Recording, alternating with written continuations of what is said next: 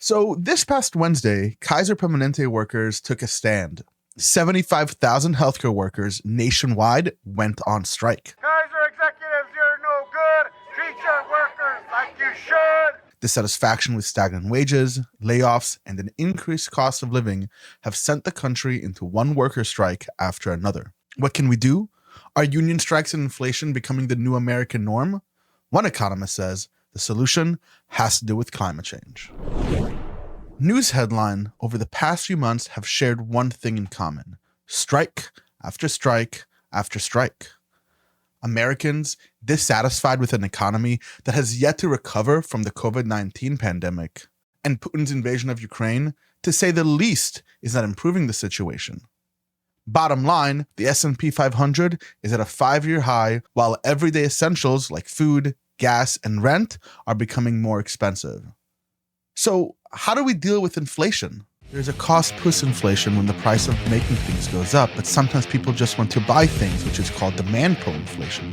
Cue the wage price spiral. People start thinking, I need more money because prices are going up, but then wouldn't things be going up in price because it's a feedback loop?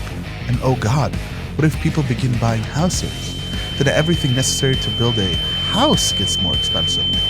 Nails, steel, wood, labor. What if the government gets involved?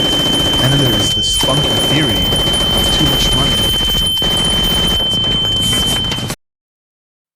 So to sum it up, things are confusing. Stephanie Kelton, an American economist and leading proponent of modern monetary theory, is here to help us.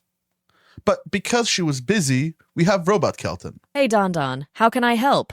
So what's going on? Lots of different things brought us to where we are today.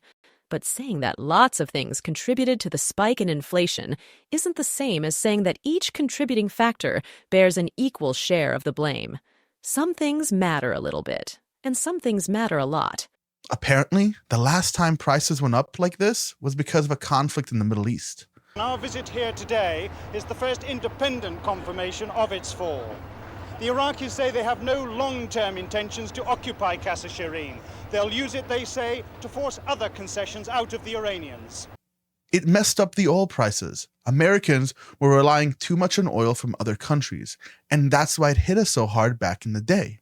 It was not until a peace treaty was made and natural gas became a reliable source of energy that inflation came down.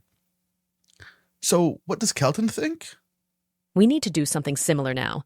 First and foremost, we need a negotiated resolution to the war in Ukraine. We need a unified and coordinated push to bring down the price of oil, which is the major driver of inflation, not just here in the US, but across much of the world. But this time, not into other forms of fossil fuel, but by entirely weaning ourselves off carbon-intensive energy sources. And unfortunately, the federal government, the Federal Reserve, cannot bring down the price of inflation because it cannot bring down the price of energy. Exactly. Action on climate is action on inflation.